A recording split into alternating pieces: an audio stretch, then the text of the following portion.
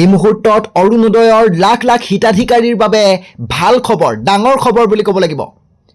10 মাৰ্চত লাভ কৰিব 9,000কৈ টকা। অৰুণোদয়ৰ হিতাধিকাৰীসকলে লাভ কৰিব 10 মাৰ্চত 9,000কৈ টকা। 20 ফেব্ৰুৱাৰীৰ পৰিৱৰ্তে অৰুণোদয়ৰ ধন লাভ কৰিব 10 মাৰ্চত। 8,000ৰ পৰিৱৰ্তে বৃদ্ধি কৰা হ'ল 1,000 টকা। এতিয়া 9,000 টকা লাভ কৰিব।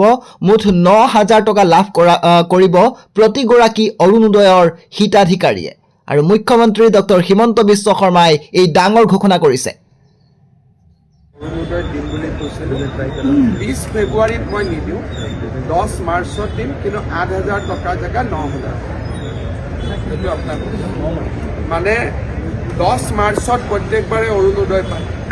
20 ফেব্ৰুৱাৰীত যদি দি দিওঁ, মহিলাসকলে আকৌ 10 মাৰ্চতো ভাবিব একো নাপাম।